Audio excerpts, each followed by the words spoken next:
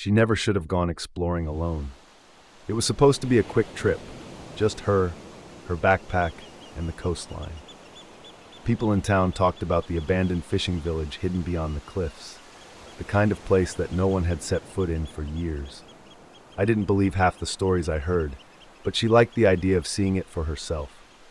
The plan was simple: hike in, take a few pictures, and be back before the tide shifted. Elena walked along the rocky shoreline, the late morning sun casting a silver sheen over the waves. The air smelled of salt and damp earth. The tide had receded to reveal an expanse of slick, dark sand.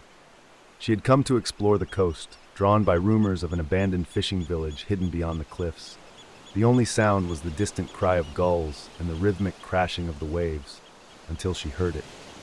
A deep, vibrating hum, low and unnatural, rising from somewhere up ahead. Elena paused, tilting her head. The hum didn't resemble the wind or the ocean. It was steady, pulsing as if something beneath the sand was breathing. Her fingers tightened around the straps of her backpack as she continued forward, her boots sinking into the wet sand. The sound grew louder with each step, leading her toward a jagged break in the cliffs. Beyond the opening, the remnants of the abandoned village came into view. Crooked wooden huts leaned against each other like drunkards, their roofs caved in and their doors missing. Seaweed clung to the skeletal remains of fishing boats, long since rotted away. A briny breeze carried the scent of decay, but the humming, closer now, was more unsettling than the eerie silence of the village. Elena hesitated at the threshold, glancing back at the open sea. "Maybe I shouldn't be here," she murmured, but curiosity pushed her forward.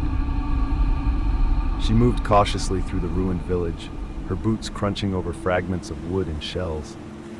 The humming sound vibrated through the air, stronger now, as if the village itself was alive. She stepped past an overturned cart, its wheels half buried in the sand, and stopped in front of what must have been the largest hut. The doorway gaped like a missing tooth, the interior shrouded in shadows. The sound was coming from inside. Elena lingered outside, reluctant to enter. The air was thick, damp, carrying a metallic scent that made her stomach twist. Against her better judgment, she stepped into the hut. The wooden floor groaned under her weight, and the humming sound pulsed in time with her heartbeat. Then, in the dim light filtering through the cracks, she saw it, a dark, wet shape in the center of the room, glistening like something freshly pulled from the sea. She inched closer, her breath shallow as she examined the glistening mass.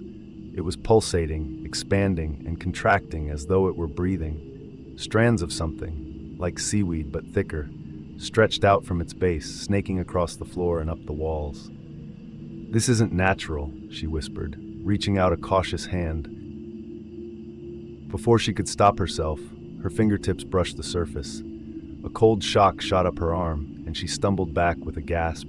The mass shuddered violently, and the humming sound deepened into something almost like a voice. The hut trembled, dust cascading from the ceiling. Elena spun toward the doorway, ready to flee, but suddenly it darkened. Something was blocking her way. A shadow loomed in the doorway, its shape twisting as though it were struggling to hold a solid form. Elena froze, her back pressed against the trembling walls of the hut. The thing blocking her exit was neither fully human nor entirely a creature. It was something in between, its elongated limbs stretching unnaturally, its face obscured by shifting darkness. A whisper, low and chilling, slithered into the air, speaking her name. Elena's heart hammered against her ribs. She clenched her jaw, refusing to let the fear consume her. Then, without warning, she bolted, lunging for the only other exit, a narrow window just beyond the writhing mass. Her hands scrambled at the old wooden frame. The whispering turned into a guttural hiss as the thing twisted toward her, its limbs jerking unnaturally. Just as she hoisted herself up, cold fingers brushed against her ankle, an unnatural, clawed grip tightening around her skin. A searing pain shot through her leg as she kicked desperately, finally breaking free and tumbling out onto the dirt outside. She didn't stop. Ignoring the throbbing pain in her leg, Elena ran, stumbling through the tall grass, the hut shrinking behind her. The whispers followed, creeping through the air as though the thing could slither through sound itself. The trees ahead swayed violently, as if warning her of something worse beyond. "I just need to find the road," she panted. But deep in her gut, she knew whatever had found her wasn't bound to the hut. It was still with her, and it wasn't finished yet. Elena stumbled forward as the trees finally broke apart, revealing the road ahead. The afternoon sun bathed the pavement in warm light, a stark contrast to the nightmare she had just escaped. A car was approaching in the distance. "I made it," she gasped, gripping her arm tightly. She turned back toward the trees. Something was still watching her,